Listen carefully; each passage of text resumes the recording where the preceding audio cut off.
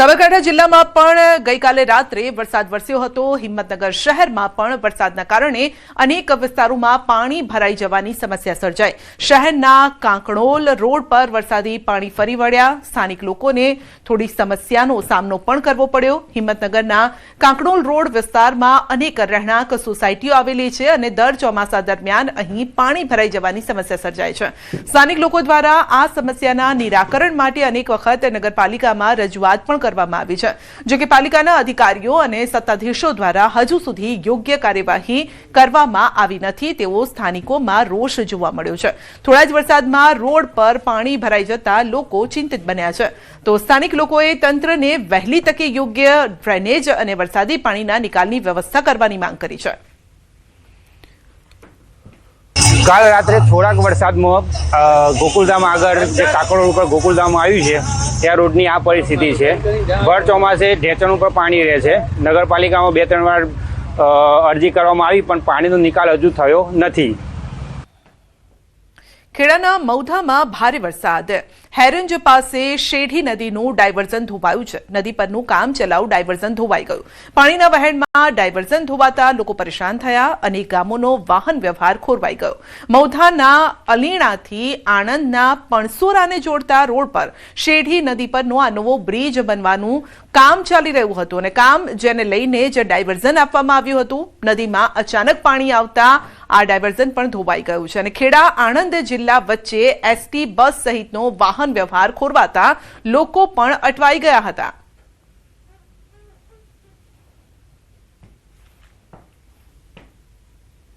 સોના ચાંદીના ભાવમાં કડાકો બોલાયો છે। સોનાના ભાવમાં 1,500 રૂપિયાનો ઘટાડો નોંધાયો છે। ચાંદીના ભાવમાં પણ 10,000 રૂપિયાનો ઘટાડો નોંધાયો છે। 10 ગ્રામ 24 કેરેટ સોનાનો ભાવ 1,53,500 નોંધાયો છે। 1 કિલો ચાંદીનો ભાવ 2,50,000 પર પહોંચ્યો છે।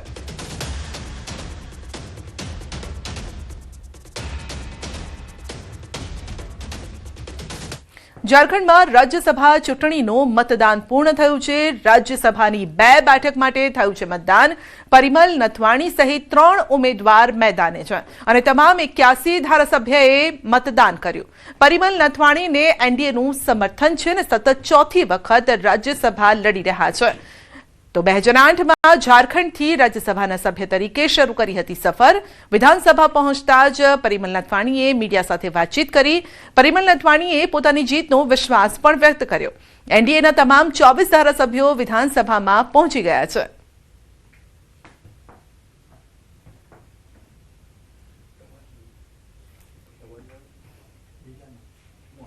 સુમુલ ડેરી ચૂંટણી મામલો છે અને ભાજપની મેન્ડેટ પ્રથાનો વિરોધ કરાયો છે।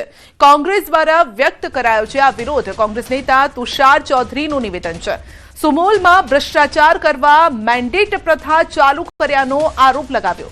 સુમુલ સહકારી સંસ્થા છે, પશુપાલકોની સંસ્થા છે। આ કોઈ પોલિટિકલ પાર્ટીની ચૂંટણી નથી, તો ભાજપ મેન્ડેટ શા માટે આપી રહી છે તેવા આક્ષેપ લગાવ્યા છે।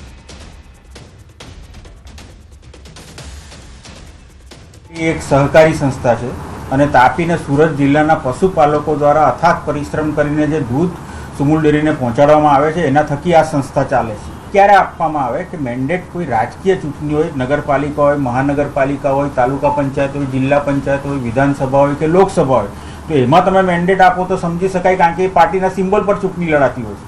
પણ આ સુમુલ ડેરીની ચૂંટણી તો કોઈ પાર્ટીના સિમ્બોલ પર લડાતી નથી, કારણ કે હાલમાં એ ડિરેક્ટરની ચૂંટણી લડવા માટે મેન્ડેટ આપશે, પછી એના પછી પ્રમુખ ઉપપ્રમુખની બનવા માટે પણ મેન્ડેટ આપશે ને એ રીતે સીધો ભ્રષ્ટાચાર કરવા માટે, સેન્ટ્રલાઇઝેશન ઓફ કરપ્શન કરવા માટે આ મેન્ડેટ પ્રથા આ ભારતીય જનતા પાર્ટી અમલમાં લાવી છે।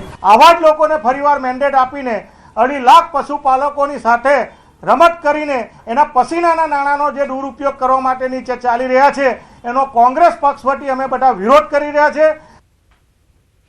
પૂર્વ મેયર નૈના પેઢડિયા ફરી વિવાદમાં આવ્યા છે। રાજકોટની વાત થઈ રહી છે। પૂર્વ મેયરના પતિનું ગેરકાયદેસર બાંધકામને લઈને નવું બોડી અજાણ। નોટિસ બાદ પણ ગેરકાયદેસર બાંધકામ ચાલી રહ્યું છે। સ્ટેન્ડિંગ ચેરમેન જાણ ન હોવાનું કહી અને હાથ ખંખેરી રહ્યા છે। અગાઉ રાજકોટ મનપાના ટાઉન પ્લાનિંગ વિભાગ દ્વારા બાંધકામ અટકાવવા બાબતે તેમજ કથિત ગેરકાયદેસર બાંધકામ કરવા બાબતે ખુલાસા માટે 260(1) મુજબની નોટિસ પાઠવવામાં આવી હતી અને તેમ છતાં પૂર્વ મેયર નૈના પેઢડિયા અને તેમના પતિને જાણે કે તંત્રનો કોઈ ડર જ ન હોય તેમ હવે બાંધકામ પૂર્ણ કરાવી લેવાની તૈયારીમાં હોવાના દ્રશ્યો પણ સામે આવ્યા. તો સમગ્ર મામલે મીડિયા દ્વારા બાંધકામની તૈયારી પૂર્ણ કરવાની જે તૈયારી હોવાનો અહેવાલ પ્રસારિત કરવામાં આવતા કલેક્ટર તંત્ર અને રાજકોટ મનપા સંકલન કરીને આગળની કાર્યવાહી કરશે તેવી માહિતી સામે આવી છે. અને ત્યારે શું અત્યાર સુધી મહાનગરપાલિકા તેમજ જિલ્લા વહીવટીતંત્ર જાણી જોઈને આંખ મીચામણા કરતું હતું તેવા સવાલો ઉઠી રહ્યા છે. તો સામાન્ય વ્યક્તિઓના ગેરકાયદેસર મિલકતો ઉપર બુલડોઝર ફરે છે.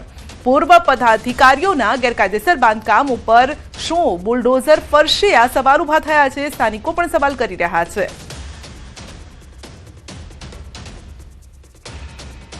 હિંગળાજનગર વાળું પણ અમે એની ડિટેલ મગાવી છે. હાલ પૂરતું એ પણ ઊભું રાખવાની વાત છે. મેયરવાળી વાત છે, પૂર્વ મેયરવાળી, એ મારા ધ્યાન પર નથી. ટીપી શાખામાં વાત કરીને હું એમની ડિટેલ્સ મગાવીશ. ટીપી શાખાએ અત્યાર સુધીમાં શું પગલાં લીધા છે, કયા સ્ટેજે છે, એ હું તપાસ કરાવીને પછી આપને ધ્યાને મૂકીશ. સુરતના વરાછા એ ઝોન ખાતે લોકોની લાંબી કતારો જોવા મળી છે. જન્મ મરણના દાખલામાં સુધારા, નવા દાખલા કઢાવવા સહિતની કામગીરી માટે લોકોની ભીડ જામી છે. શાળામાં પ્રવેશ માટે આખા નામવાળા જન્મ દાખલાની ફરજિયાત જરૂરિયાતના કારણે વાલીઓનો પાલિકા કચેરીમાં ભારે ધસારો છે.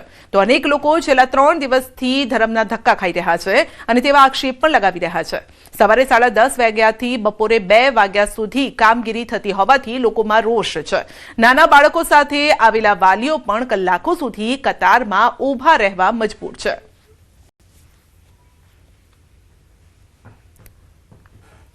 વરાછા ઝોનની અંદર સવારના 9 વાગ્યાના લાઈનમાં ઊભા છે. જન્મ મરણના દાખલાના છોકરાના સુધારા કરવાના, તો પણ હજી ઓફિસ ખુલ્લી નથી અને હજી સાહેબો આવ્યા નથી. અને 2 દાખલા લઈને આવે, 2 બાળકના, તો 1 દાખલો આપે ને 1 કે 2 દિવસ પછી આવજો.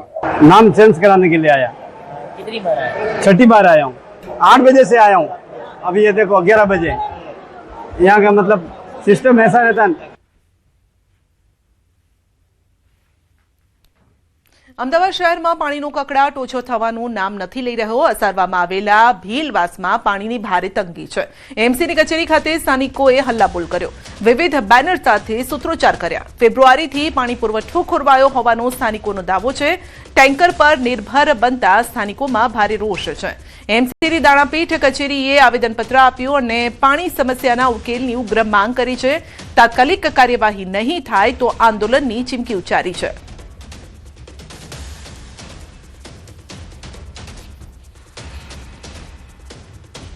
રાજકોટના બેડી અને હડમતિયા ગામ વચ્ચેનો રસ્તો બિસ્માર થતા સ્થાનિકોને મુશ્કેલી નડી રહી છે.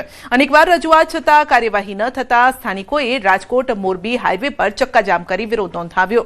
ઘટનાની જાણ થતાં કુવાડવા રોડ પર સ્થળ પર પહોંચી અને પોલીસ સ્થળ પર પહોંચી હતી અને સમજાવટ બાદ વાહન વ્યવહાર ફરી શરૂ કરાયો. સ્થાનિકોએ આક્ષેપ કર્યો છે કે રસ્તાની હાલતના કારણે અગાઉ અકસ્માતોમાં 2 લોકોના મોત થયા અને જેથી તાત્કાલિક રસ્તાના સમારકામની માંગ સાથે ગ્રામજનોએ તંત્ર સામે રોષ વ્યક્ત કર્યો. જે રસ્તાની લીધે ઘણાના પરિવારો બરબાદ થાય, ઘણી જાતના એક્સિડન્ટ થાય, સામે સામે એકાબીજા થઈ જાય છે. ઘણા લોકો આના લીધે માથાકૂટ પણ કરે રસ્તાના કારણે. હજી સુધીમાં કોઈ રસ્તો બન્યો નથી. અમારી માંગ એટલી જ છે કે અમને રસ્તો કરી આપે, અમારી બીજી કોઈ જાતની પણ માંગ નથી.